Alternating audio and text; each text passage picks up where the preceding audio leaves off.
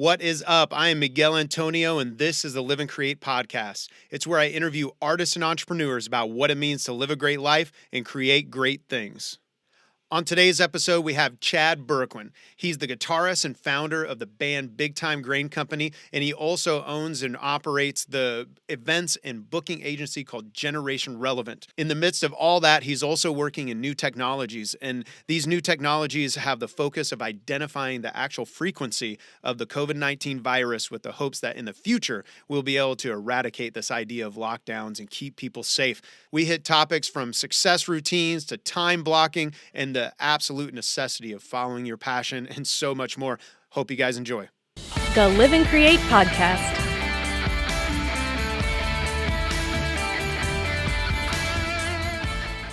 Well, Chad, got you in on the podcast, and you're all over the place. Every time I talk to you, I feel inspired. Like, man, I need to get my ass moving. This dude is hustling. You have a company, Generation Relevant, which hopefully we talk a little bit about, but where you're helping resource artists and businesses all over the region, doing a lot of the behind the scenes work of the music industry. But you also have Big Time Grain Company, which is your band, and it's been cool to see how you guys have grown, and the reality of you guys getting anywhere from $5,000 all the way up to $30,000 a show. Like, you guys are creating this incredible business behind the music and doing the music that you guys love. But where I wanted to start was the reality for you is before that came to fruition, you had stepped out of the music world, and that wasn't a place that you were really going for a while. And I was wondering if you could share your story of when you kind of did the normal job thing, and then these ideas started sparking, which led you to where you are today. Yeah. I mean, it started with, just my original desire as in high school, when this band came through my high school, was to start playing music. It was the coolest thing I'd ever seen with this band coming through Colby, Kansas. We just didn't get anything like that out there. And my buddy turned to me and said, "Hey, why don't you learn to play guitar and we'll start a band?" And I mean, it's weird to think about. I just said, "Yeah, okay." It was weird to think about that one moment changed the entire trajectory of my. Just fast forward to here and you're like, what? Yeah. So I went home, tried to figure out how to find an electric guitar. We started practicing and with the band, and the drummer's mom's work, hair salon in the evening type deal. We spent 6 months learning 2 songs. Nice. And we got a gig actually in the same room that I saw that first band in, playing for a town meeting. And so it was packed. With the 2 songs. You got a gig with the 2 songs. Yeah, 2 songs. Yeah, it was to open for this town meeting. And these people, they were there for the town meeting, but they were so kind. They cheered like we were rock stars. I'm sure it was horrendous. But man, I got off that stage like this. I want to do this the rest of my life. Yeah, that feeling. Yes. Yeah, had that feeling. And so time went on, and not long after that, it was a small town, so word travels fast about things. I heard we had a new practice place through the grapevine. I'm driving down Main Street on the way home, and I see the door open to what I think is supposed to be the place, the lights on. And so I pull in and I get out, I go walking up, and before I even hit the door, I'm like, there's music playing, And so I hit the stairs, and I'm walking down these stairs, and I'm thinking, it sounds pretty good. I'm actually thinking it might be like a radio or something, cranking up really loud. I get to the bottom, it's my band without me and the drummer. And that's how I found out I was not in the band anymore. And so you got really introduced to band life right there. It's like, right off the bat. By the way, I unfortunately fired a drummer like that early on in my career, where I didn't have a lot of emotional intelligence, and I was like, oh, by the way, we got a new drummer. Sorry. Yeah, right. I apologize. I was the asshole on the other end of it. But here you are walking in, and you're like, this is my gig. What's going on? Yeah. And my buddy, man, he could tell he felt bad because he didn't mean it to go down that way. But I went home hurt, mad, angry, and with the thought, I'm going to show him. And so I started practicing, and I started driving. I had to drive to Hays, Kansas, which was a 200-mile round trip every Sunday just for guitar lessons. Wow. And I did that for 6 months. I started practicing 2 to 5 hours, sometimes 7 hours a day. I get home from school, that's all I do is practice. And I quickly forgot about showing them and just fell in love with playing.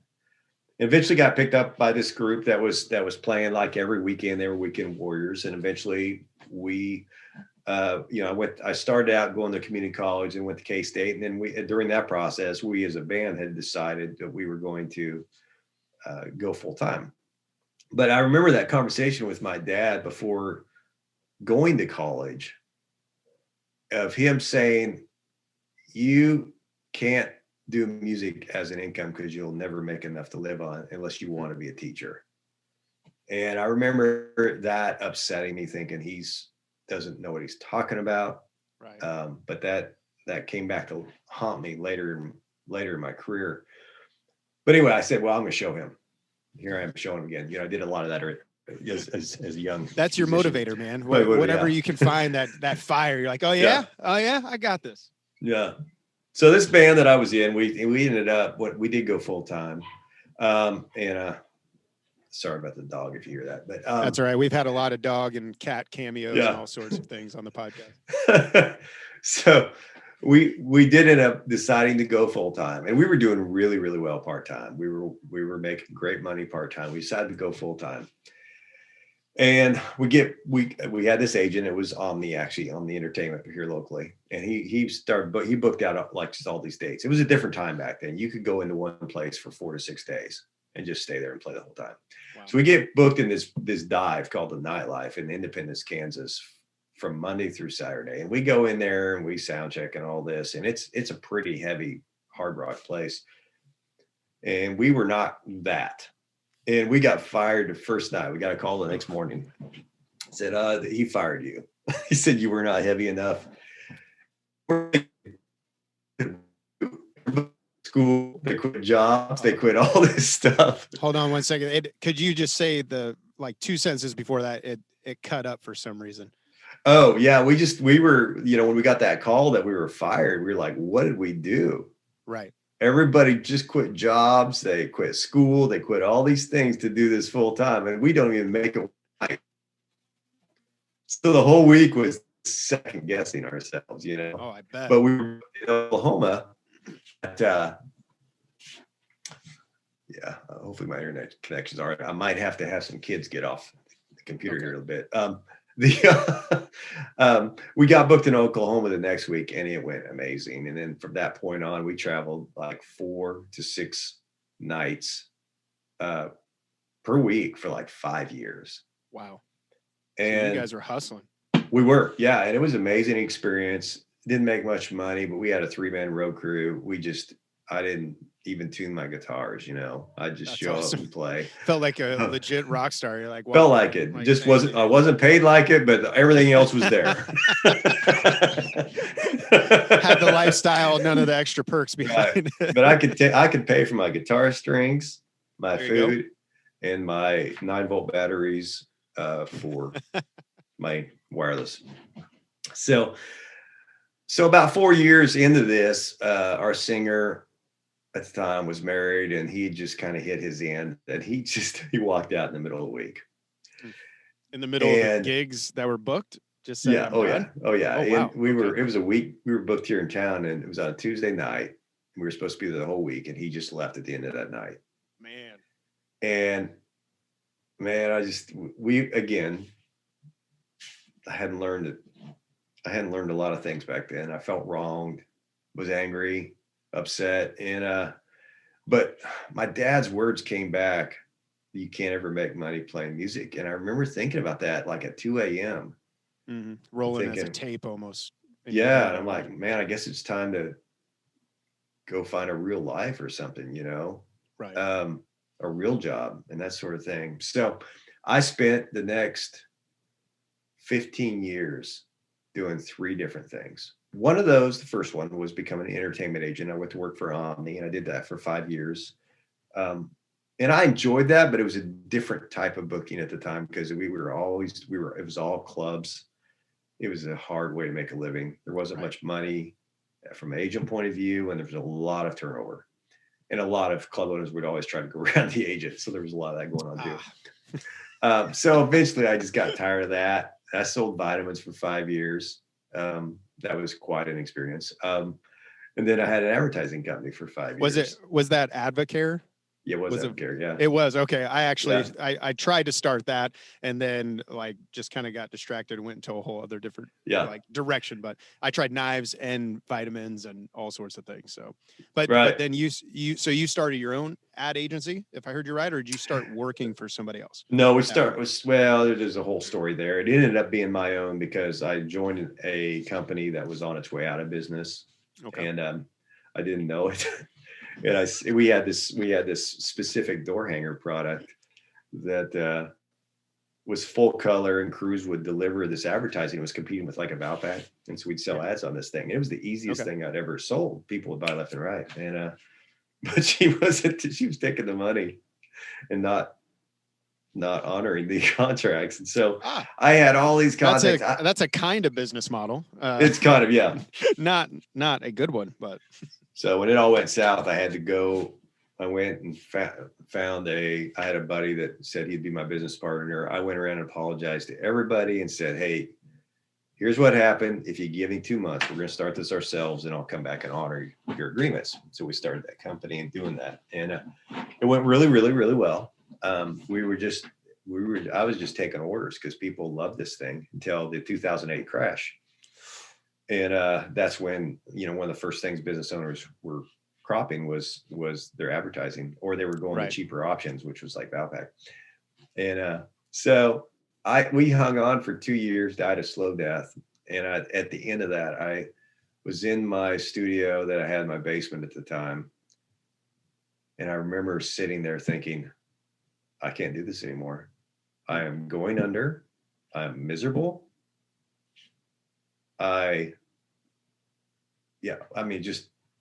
It was a really, really low point. And we'd already started Big Time Grain Company at this point, barely. And I said, you know what? If I'm going to go under, I might as well go under doing something I love. And that was, so I made the decision right there. Told my wife, I said, I'm shutting this thing down, this advertising thing down. And it wasn't a hard stretch because, like I said, we were going under anyway. So it wasn't like I was giving up income. It's just jumping off the ship before it goes fully underwater. Exactly. Hey, we're getting off is what we're going to do. Yeah. Well, the more accurate thing might have been is like I could still see the surface from underneath the water. I see. I think if I start swimming now, I might be able to find it. But that was the day things changed for me, man. It was like, it was a day that I just fully went back into my passion, couple other incremental really important things that happened there was that long-term friend that actually helped me in that advertising company had gotten into coaching or had an interest in getting into business coaching. We didn't know this at the time, but my brother called me and said, hey, I think we should start meeting with Brian just to kind of keep us on track on a weekly basis. So we approached Brian, say, are you interested in this? He goes, well, what you don't know is I want to start a coaching business. So this was perfect. He goes, you can be my guinea pigs and this will work out fine. And that was huge because having a third party there objectively, I mean, he's not even a musician, which probably helps have objectivity where it's like, you can separate yourself from that dream that's in front of you and see the nuts and bolts behind it. Yeah. And he did. He kept us on the rails. There's Brett and I are brothers. There's times where they're probably the hardest thing about being in a business with a sibling is taking each other for granted.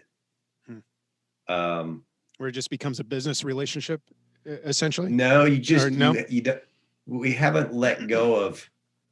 If you don't let go of how you were as kids and treat them with the respect that they are of who they are now, there's going to be problems. And being the older brother, I mean, I was probably the cause of a fair amount of that. I have four. I laugh because I have 4 boys, and I see it progressively. Right.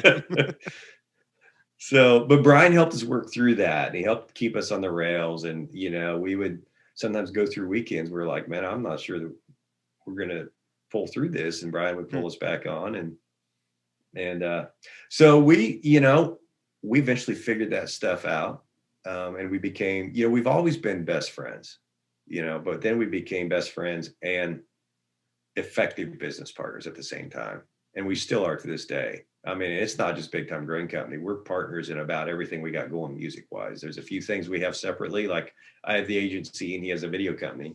But other than that, we've got all these projects where we work together and it works out really, really well. And it's fun. We enjoy working with each other. So That's awesome, man. So you're in that moment though, and Mhm. you decided to take this journey. And again, that was that moment that propelled you to where you are now. You guys have seen a lot of Yeah. great success. But something that I hear in your story that pops out to me is something that I've always loved about you is just your love to do the right thing and to care for people. I've seen you live that out over and over again. Even like you're talking about in this ad agency, someone who's tanking this business, you took it upon yourself to walk along and go apologize to people and try to make good for it. What drives that love for people and really this desire I feel like you have to really do the right thing by the people around you in your life? Yeah. Well, I would say our parents, I a lot of times in the story I tell, I do go back and explain where my dad was at with that advice because my dad's an inventor. I mean, you talk Oh, about that's harder than being a musician. right.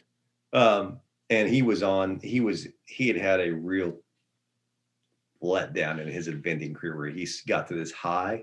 Mm, And then because of Roundup coming out with something chemical wise, he invented this organic weed puller. It crushed him. And that's the place he was coming with. But to answer your question, so parents had a lot to do with that. Brett and I both have a strong faith that has played into that. I won't say that I've always been that way. yeah. I've had to learn how to focus on that and be better at that and make that a priority. Um, and I'd say it's still getting better. I still have a lot to learn in that area. One of the best things I did, I only did 30, or I didn't even do that many, maybe 18 episodes of a podcast because I Mm. thought that sounded like a cool thing to do and I was enjoying it and all that. It's pretty fun. It's pretty fun. It is fun. It's a lot of work, as you know, you got to be committed to it. That it is.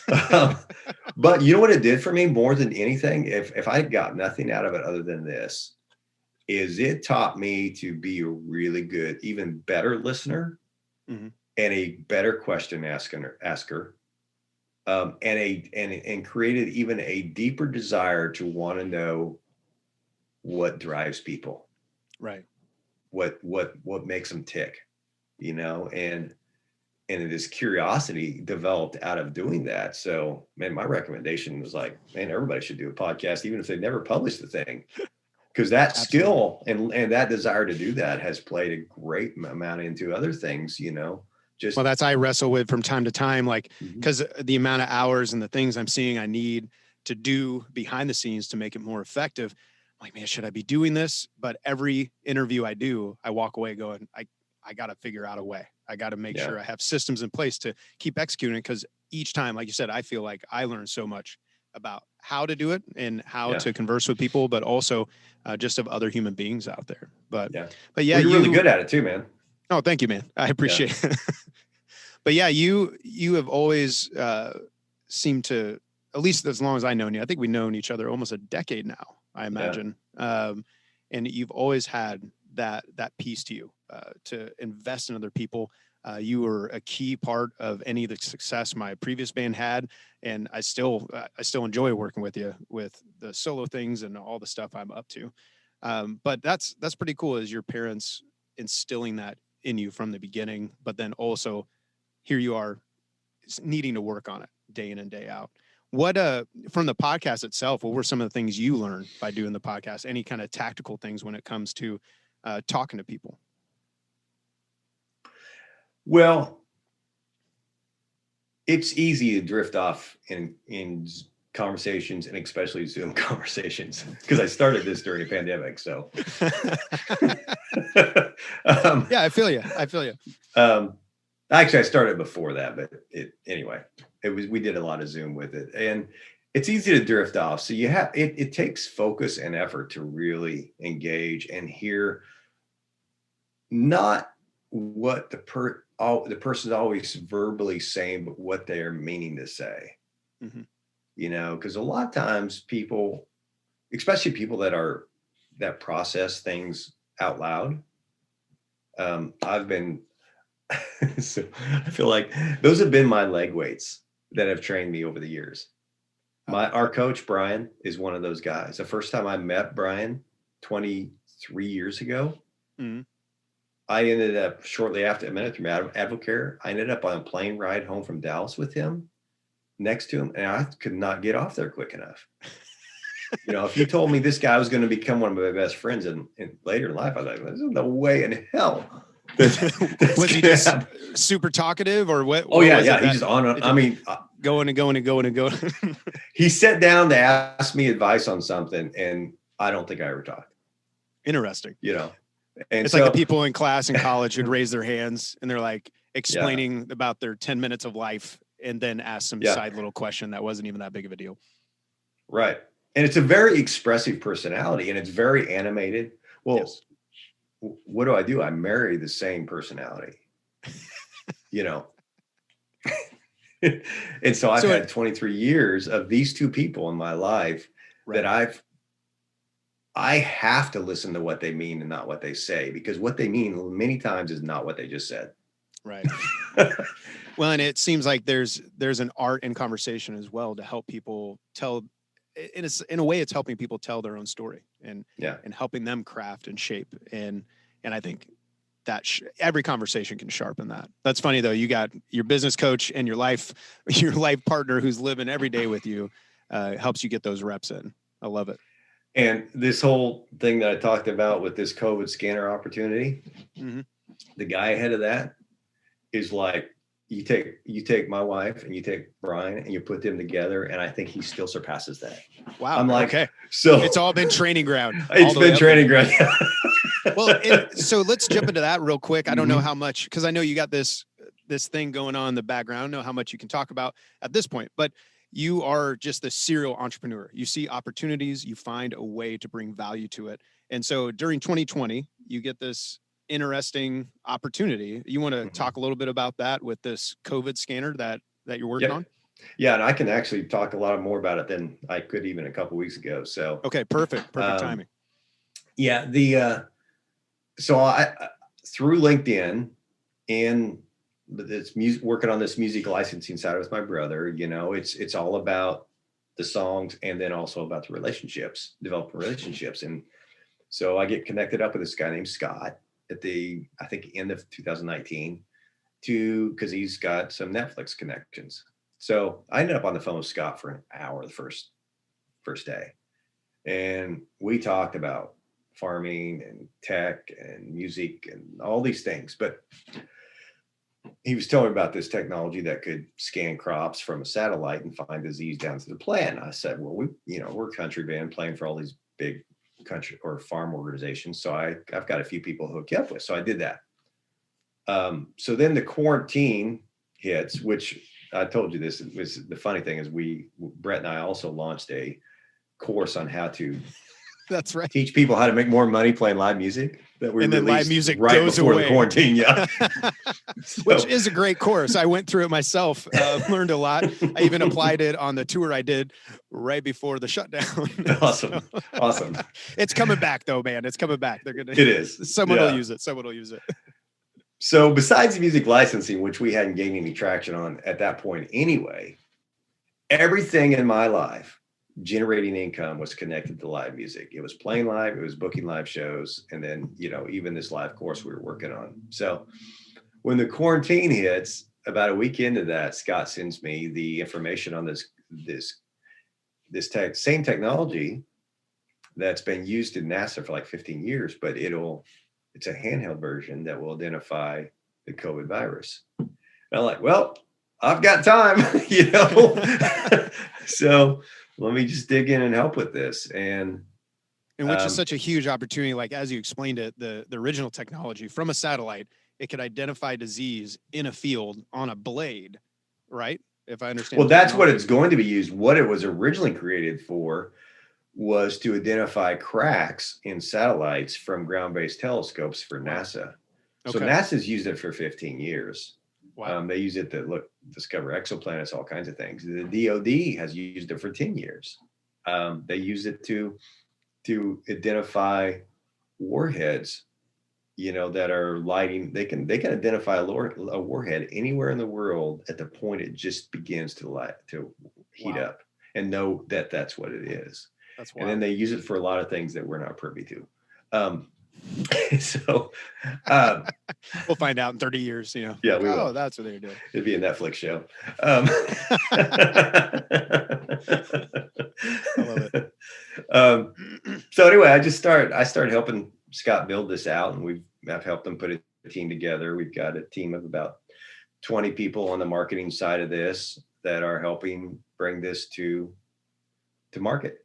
And it's been quite a deal, because it's interesting. It's so far out. It was so far out of my lane from a industry perspective.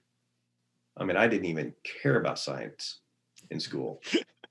I'm You way were more playing guitar. fascinated You were now. practicing 7 hours a day. That's what I you were was. doing.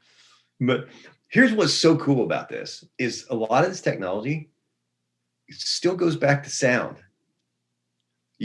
We frequencies, like we're identifying the COVID frequency. So when you think about from a running sound for a group, on a X32 board where they have the screen, and you can sit there and say, this one frequency is the problem to making this whole thing sounding like crap. This one frequency in this one instrument is causing the whole thing to sound like crap. Right. We're doing the same thing. It's like you just found the COVID frequency that's making life be like crap, and like, let's just push it out of the way. Exactly. Well, that push it out of the way, that's a whole different story. Right, we won't even talk about. Right. we can at least know what it is. Yeah. Well, and I think the implications we're discussing for live music, for business, is that it eradicates this idea of a lockdown, where if we can so quickly identify a virus like this or something in the future and adapt the technology, it saves so many issues that all of us have been living in for the last year. Well, almost a year coming up, and that's huge. That's a huge opportunity. Well, and then once that's conquered, this same group of scientists that we work with has a solution to music piracy. Yeah, you were talking a little bit about that. Are you able to break some of that down here, or is that still for sure? Okay? Yeah, we have the ability to. It's through a holographic. It's called a checker. We call it checker code. Okay. And so it has to do it's being used right now in the supply chain. The government uses it for their whole supply chain. It was put together, or was originally created because a couple helicopters went down, and they discovered that there was circuit boards that were counterfeit on it. And the general was livid, went to our scientists who do a lot of contract work for the government, said, do you have a solution for this? This is the solution. And it's this sticker or this checker code. Even if you print it out on your own color computer, holds so much information in it that you're able to do more than a QR code on steroids. Eventually it's going to replace RFID. But then you apply this over to the music side. So think about this. Okay, so I want to buy Miguel's song. Give me a song name. Need a Light is one of the ones I saw. Need a Life. Okay, I want to buy Need a Life. When I buy Need a Life, I'm going to have a specific checker code attached to my device that is unique and unhackable to me and that one song. Okay, so if I try to go give Need a Life to my brother, it's flat out not going to work. Yeah. It won't work. And in addition to that, it instantly will be able to calculate everybody in the process that needs paid and what percentages, and can even take care of that instantaneous payment. Which for a lot of people, like the world that we live in now, there's 3 months, 6 months payouts where you have to wait for money, and money's just sitting in these companies that are kind of middlemen. Like this is a revolutionary technology. And we were talking about like blockchain and the application of it, and it's living in that world. But anyway, I cut you off. Yeah, no, all good. then also there would be the potential to say, okay, my brother still wants your song. He decides to go ahead and buy it. I could make a few cents off referring your song. That's nice. Nice for everybody. So, I mean, what does that do for, you know, independent artist? Right. When And their fans become a sales representative in a way at that point. Exactly. Yeah. So I'm hugely passionate about getting through this COVID project and actually start working on that too. We've got some crazy relationships around that. But here's what's interesting from a just a broad perspective of what I pay attention to in my life is when I get these little unctions, and sometimes they're really subtle, but if I listen to them and will follow them, then all my dreams and goals still get taken care of in the process. Because what's happening beyond just that story I just told you about is I am actually ending up on phone conversations and Zoom conversations with people at higher levels in the music industry business than I ever was before I started helping this guy. I mean, I've been on with one of the top guys from CAA. What's CAA? I'm not familiar with that one. Creative Artist Agency, one of the largest artist agencies in the world. That's awesome. You know, and whether or not I'm even going to need something like that. I was on the phone with Garth Brooks's guitar player. Nice. You know, talking about, hey, Garth Brooks would be the right person to launch the first concert with this technology. That would be always huge. Out front. He's always on the edge. You know, and he had some great promo recently too. You know, got to sing "Amazing Grace" in the inauguration, which was I feel like I haven't seen Garth Brooks in forever, and I'm like, oh man, he knocked it out. It was awesome. I was just mad they didn't have an audience mic out there. Like the sound people dropped the ball. It's like he called everyone to sing with him. It's like he sang "Amazing Grace." And it's like yeah, it was. He sounded great, but yeah. That's a little side note. Right. So for you sounds like you see these promptings essentially inside, and following those has opened up doors towards your dream, like over and over again. It seems like. Am I hearing you right? Yeah, that's for sure. And through all this, I still have never lost the desire to keep getting better. You know, I still practice and play all the time.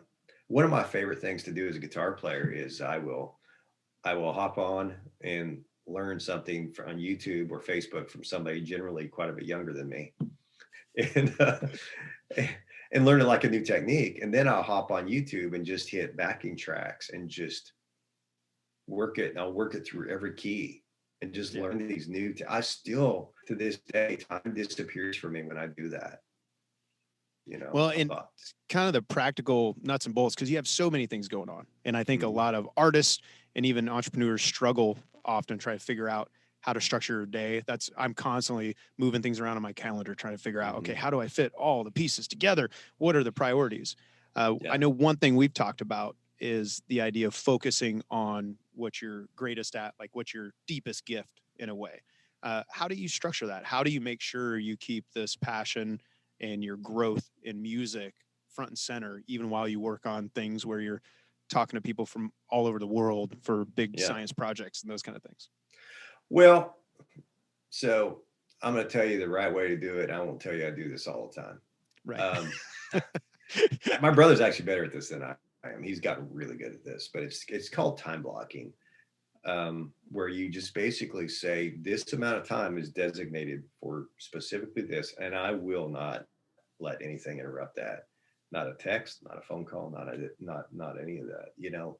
And then also realizing that most people generally, not everybody, my wife's an exception, most people's most creative time in their day is in the beginning of the day. Right. So it's important if you have any option at all in this to let that be the time you work on your creative outlet, because you're going to find that it's just way more productive. Now, another thing that I do that I've done for probably at least a year, maybe a year and a half now, is how I start my days. I start every day in with at least 30 minutes of a specific, well, so the first part I would call it a prayer meditation time. It's 15 minutes where where I just listen to a music that has a breathing pattern to it. So it's 3 in, 5 out. Nice. And that's the first thing I start. Well, I first of all, I still take AvoCare today. I don't sell it anymore, but I take it, and I this is important because I take this silver pack is first, because otherwise I will fall asleep on the next two parts of my day. You need something to jolt you away. That's why I have to start with workouts, or else if I get up at 5 a.m. and then try to do work, I'm like, I'm asleep at my desk. So no, I feel you. You got to have something to jump you go. So as I'm breathing in, I'm just relaxing. I'm clearing my mind. And that is when my best ideas come. And some of those are related to music, some of them related to somebody I need to call that day, some of them are related to a task that needs to be done. And if I'll pay attention to that and listen to that and make sure that I do those things that happen in that first 15 minutes, then the results on those are generally pretty good. Now, if you think about that, if you're focusing mostly on the exact right things each day, then your time gets way more efficient. It's less feeling like you're running on a treadmill and more feeling like you're floating and getting accomplished what you need to get accomplished. The second 15 minutes I do, I actually started this because I'm pretty sure I had COVID before anybody, before it was cool, you know. I had COVID before everyone else did. It's a cool band. Yeah. It was like February of 2020 and they weren't testing for it. So we don't really know. But that the aftermath of the cough for me went on forever, like 3 weeks, to the point that I felt like I was going to lose a lung out of the deal every morning. Yeah. And I heard about the Wim Hof technique. Is this a breathing technique? Yeah, it is a breathing technique. Okay. He's known as the Iceman. Oh yeah. I think I've heard of this guy. So I started doing his breathing technique every morning. I got his app, and then I finish every shower. And this was extremely painful until I got used to it. Every shower, totally freezing cold, all the hot off, only cold. And you start 15 seconds, you're way up to 60 seconds. Within a week, the cough almost was completely gone. Because the reason I even started this, he said you could you can jolt your immune system into way more effectiveness within 48 hours. Wow. So I got. You're like, I'll try it. Let's do it. Yeah, exactly. I went from not even being able to hold my breath barely a minute the first time. Like 2 weeks later, I held it like the longest was 4 minutes. That's awesome, man. And so my lung capacity went up. I started feeling better. So when you increase your oxygen into your system, which you get that from working out too.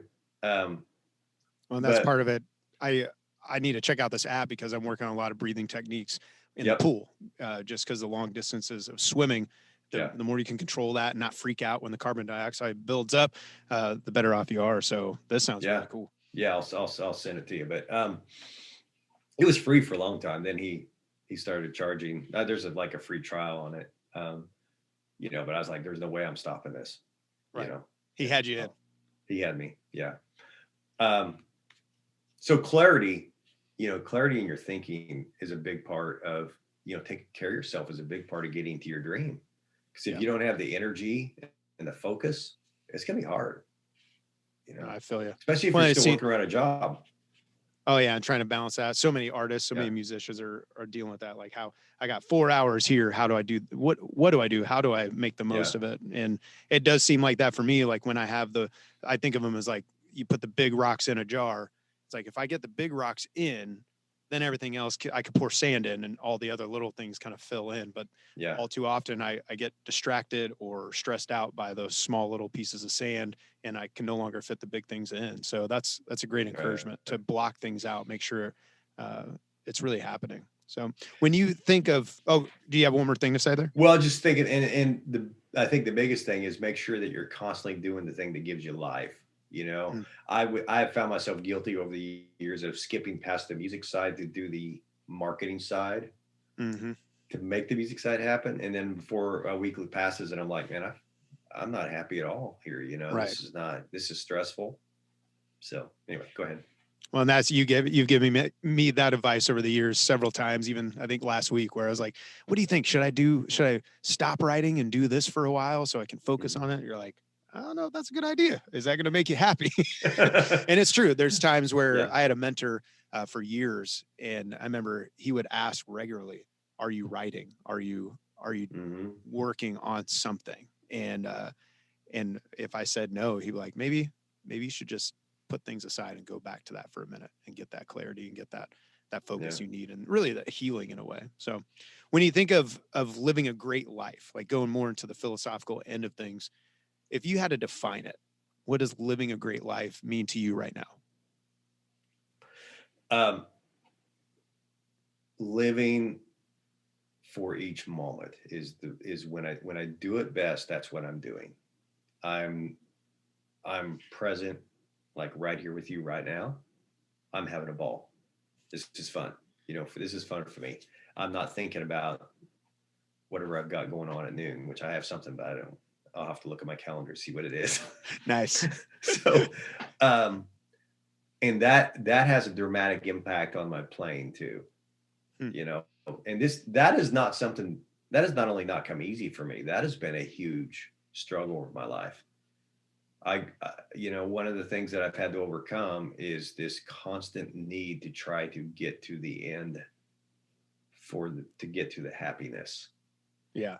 Like one day it'll come. One Yeah. day I'm working on these things. No, I feel you, man. I feel you. Yeah.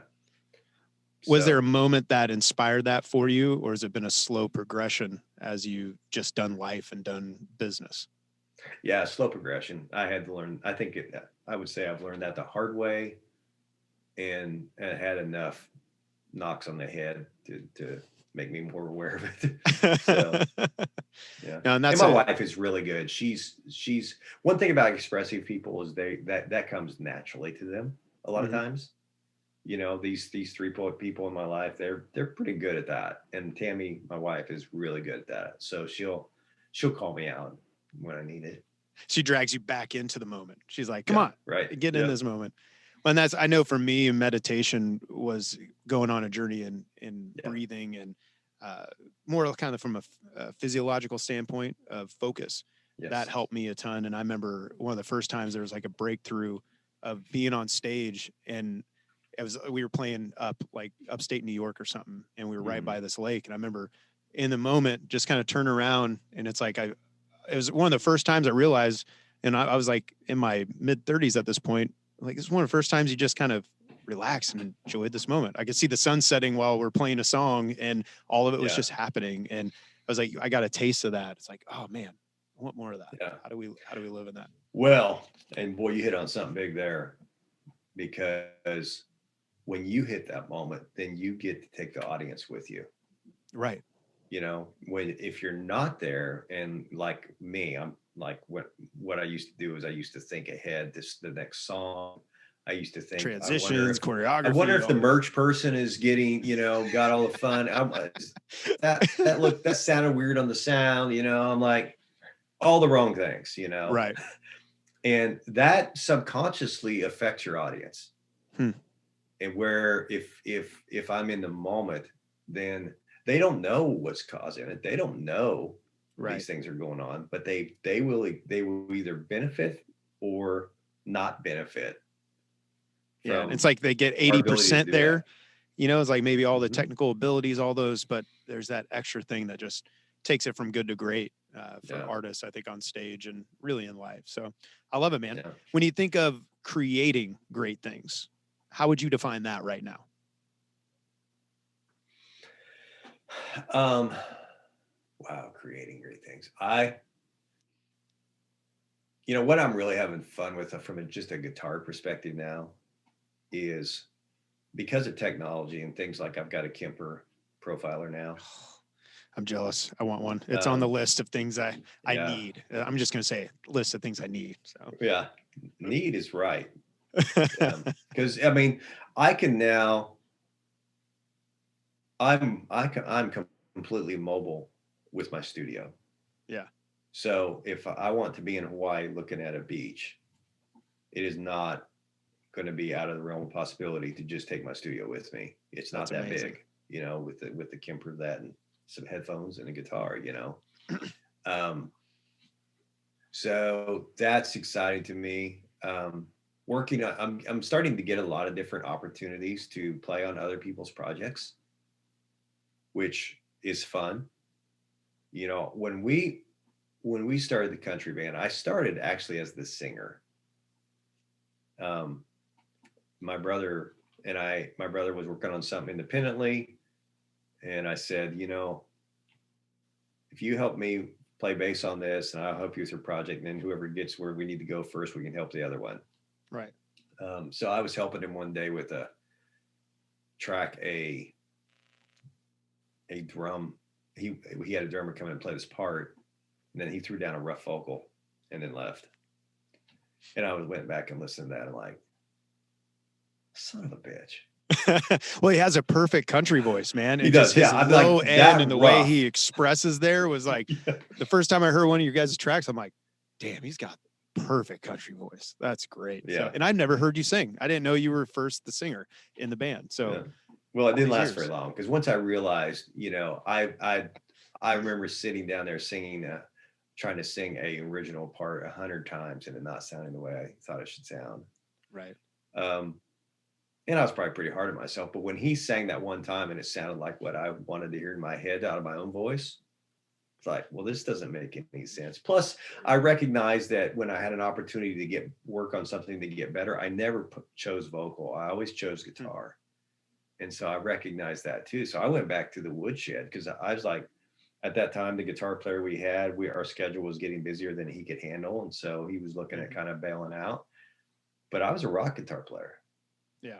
I had to completely go back and relearn the alternate picking style, learn a different way of thinking about melodies and solos in country. I had no idea it took the amount of talent it takes. And I spent so I went back, like when I first started playing guitar, I went back for 2 to 3 years, was hitting it about 2 to 3 hours a day again. Nice, man. And just fell in love with the process of learning new things and playing guitar. But anyway, so now I'm getting these opportunities to play in all these other projects that are some of them are country, some are rock, some are, whatever this. And it's fun because I'm realizing the new techniques I spent all this time learning is now impacted everything. That's awesome. In a really cool way for me. And so is it the flexibility, like getting to be flexible is creating great things for you right now, or? It is. Yeah. It's funny that I play at church a fair amount. The pastor, who's a musician, came up to me a couple weeks ago. He goes, "What are you doing here? Because you're plugging into the same system everybody else is plugging into." He goes, "But it just doesn't sound the same." So I said, "Well, I don't know, because at church I rarely use anything in my pedal board. I still running through it, so it's not really changing anything." I said that guitar sounds really good. I said, but beyond that, I think what's happened is I've really found out who Chad is as a guitar player through this process. Right. Because I've got years of shredding in that hair band, 80s band, and then I flipped clear to the other side where there was no distortion. No whammy bar or oh shit bar. Oh, there we go. All right. I love it. The oh shit bar. That's awesome. And so now what some of these projects are allowing me to find a interesting mold of the two things together. That's been really fun. That's awesome. And, his comment to you, I think, is a great metaphor really for how I observe that you live your life.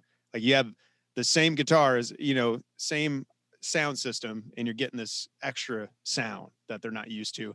And it seems like you have the same hours as any other artist or any other entrepreneur, but somehow you're leveraging it the best you absolutely can. So that's really cool. That's a really cool thing to see. And it's always an encouragement to me, man. So, well, thank you for hanging out on the podcast. Yeah, and I'm sure we could probably start talking all day, but you're time blocking and you got things to Right. do.